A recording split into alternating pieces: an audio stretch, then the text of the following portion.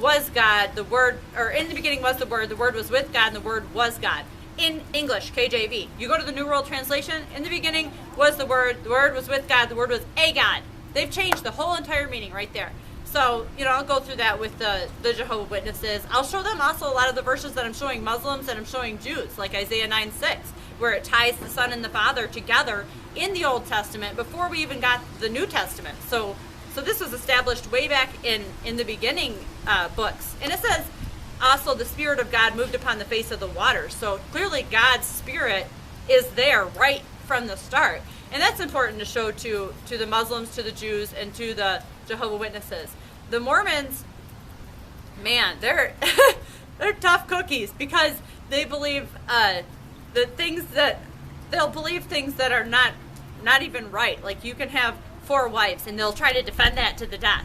And I've gone through with some of these Mormons and explained why you cannot have 4 wives, and how every time that was done in the Bible, it was total chaos. You look at Jacob, how he wanted to marry Rachel, and then he accidentally got Leah because the father tricked him, so he had to marry Leah and Rachel. And then the 2 sisters were constantly fighting and wanted to outdo each other and have more children than the other. So then they said, well, take my handmaids, have children with my handmaids. So now you have 4 wives constantly fighting, constantly at each other's throats. You have 13 children. You think this guy was happy? And they'll, oh yeah, he was happy. No, he wasn't. And then 11 of his sons turn on the one son, throw him into a pit to kill him, and then they decide, no, we'll just sell him into slavery. This is how cold their hearts are, and how numb they've become because of this whole situation. And, there's a lot of different things that happened there that were not right, and obviously show that they were failing as parents, because you can't have 1 husband and 4 wives and have success. And it's the same thing. I point that out to the Muslims. I point that out to the Mormons, because they're along the same lines, that you can have more than 1 wife. Some of the Muslims don't think that, and they'll say, well, we don't really believe that. Well, then why is it in there? If you don't believe it, why is it in there? And some of them will say, well, God's making a provision for men because God knows men. And it's like, no, why doesn't God treat men and women equally? So we'll go round and round and round on all these things, but the biggest thing is continuing to go back to the gospel. Jesus died for our sins. Jesus shed his blood for our sins. Through Jesus' blood we can be saved. Through Jesus' blood we can go to heaven. You don't have a way to heaven without Jesus. He is the way. And eventually that will sink in, and I'll tell them, I'll often tell them about the fire, like it says, you got to salt them with the fire. So I'll tell them that, how are you going to get to heaven if the Bible's true, if Jesus is the only way, and you don't accept him? You're not going to go. And it says that there is a hell. And a lot of these Mormons, Jehovah Witnesses, Muslims, and even the Jews deny that there's a hell. Some of them even deny there's a heaven. It's like, then what is the point of your religion?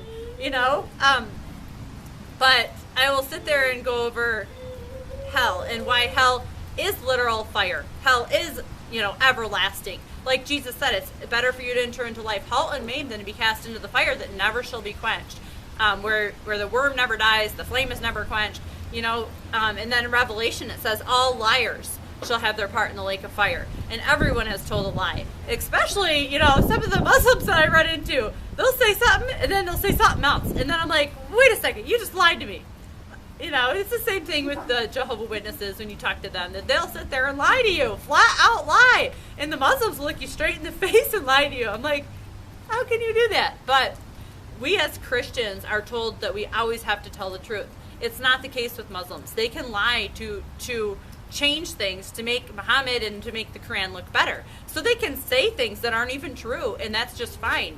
They're taught that's okay because their God is a trickster. Their God is a liar.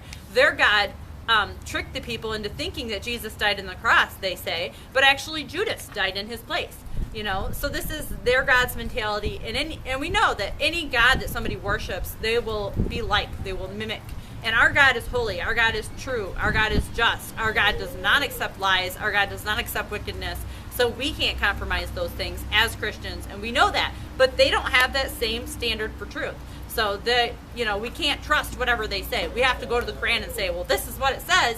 This is what, it means. Because I can talk to 2 different Muslims, and like one from an Islamic country, one from an African country, and they will say very different things. The one from the African country will be like, yeah, we can have polygamy. That's fine. The one from the Islamic country will say, no, nobody really does polygamy. That's just, I don't know why it's in there. They will say that taking 4 wives is a step up from what they were doing before. But then I say no, because the Bible was there first. And in the Bible it says no man can be a church leader unless he only has one wife. So, your book can't come later and say, well, you can have 4, and that's actually better than having hundreds. No. No. So those are some helpful tips when witnessing to Muslims, Jews, Mormons, Jehovah Witnesses, which I run into frequently. And there's a lot of Christians that aren't even saved. So you have to nail down, have they accepted the blood of Christ? Do they believe that it's a free gift of God? Do they believe it's not of works? Do they believe that once you accept Christ, you're going to be saved forever? If they don't, they're not saved. They're not even a Christian, even though they claim to be. So we have to nail those things down and then explain the true gospel to them, which is not always easy. People get heated, so that's why it's good to stay in humor, in a humorous, like smile on your face and able to crack jokes if possible. Not all people are friendly, so you can't always do it, but that's what I like to do. Gets me by every day.